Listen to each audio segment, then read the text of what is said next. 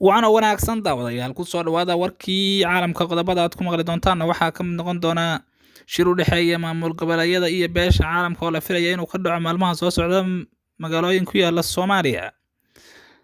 Odayaal dhaqameed lagu laayay maanta magaalada Muqdisho iyo nabadoon Muxyidiin Xasan Afrax oo ka badbaaday isku day dil maanta magaalada Muqdisho. Qodobada iyo qodobo kale ayaad barnaamijka ku maqli doontaan ku soo dhawaada warkii oo dhan. Aanu ku bilaabanay shir u dhexeeya maamul goboleedyada iyo beesha caalamka ayaa la filayaa inuu maalmaha soo socda ka dhaco gudaha Soomaaliya.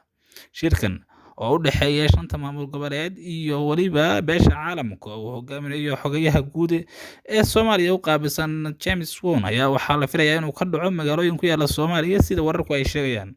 Wararka ayaa waxaa intaasi ku darayaan in shirkan uu ka dhaco magaalooyinka ay kamid yihiin Baydhabo iyo Garowe mid halkaas oo la filayo in lagu gorfayo doorashada Soomaaliya. Wararka ayaa waxaa intaasi ku darayaan in shirkan uu sii socon doono oo laga hadlayo arrimaha Soomaaliya kadib markii muddo xileedka madaxweynaha Soomaaliya uusan dhammaan. Wararka ayaa waxay sheegayaan in lagu qanciyo maamul goboleedyada Puntland iyo Jubbaland sidii ay meel u mari lahaayeen ama ay u soo magacaabi lahaayeen xubnaha iyo doorashada la isku mari lahaa ee Soomaaliya. Wararka ayaa sheegaya in beesha caalamku sidoo kale ay la kulmi doonto musharaxiinta Soomaaliya kuwaas loo sheegaya iyaduna in hoggaansamaan doorashada Soomaaliya.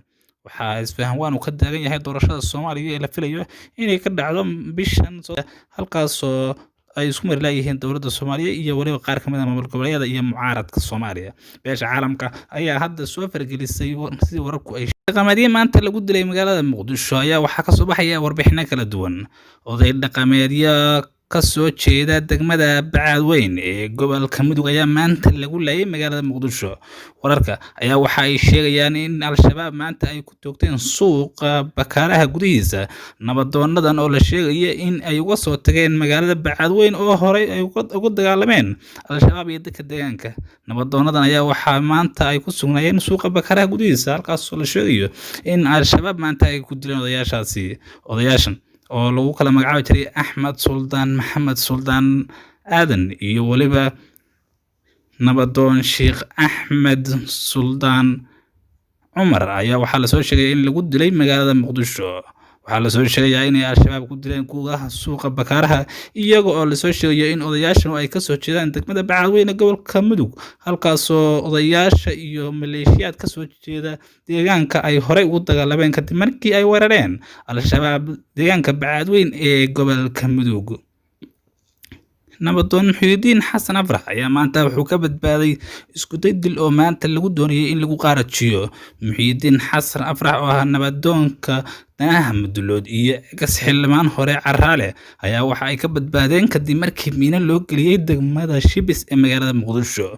Wararka ayaa waxay sheegayaan in laba ka mid ah staafkii Muxyidiin Xasan Afrax oo halkaasi ku geeriyooday iyo waliba nabadoon iyo waliba staaf kale oo ka tirsanaa oo staaf u ahaa Muxyidiin. Wararka ayaa waxay sheegayaan in dhaawacyada la dhigay magaalada Muqdisho markii labaad ayaa waxaa la soo sheegayaa inuu Muxyidiin Xasan Afrax uu ka badbaaday kadib markii bishii gudaheeda uu ka badbaaday qarax sidan oo kale. Wararka magaalada Muqdisho ayaa waxaa ku soo badanaya qaraxyada ay dhigayaan Al-Shabaab magaalada Muqdisho halkaas oo maalmo ka hor ay ku dileen mas'uuliyiin ka tirsan maamulka gobolka Banaadir oo u qaabilsanaa degmooyinka Garas Valley ee magaalada Muqdisho. Guud ahaan warkii caalamka waad kala socoteen channel-kan kulina Joker YouTube-kan intaas nabad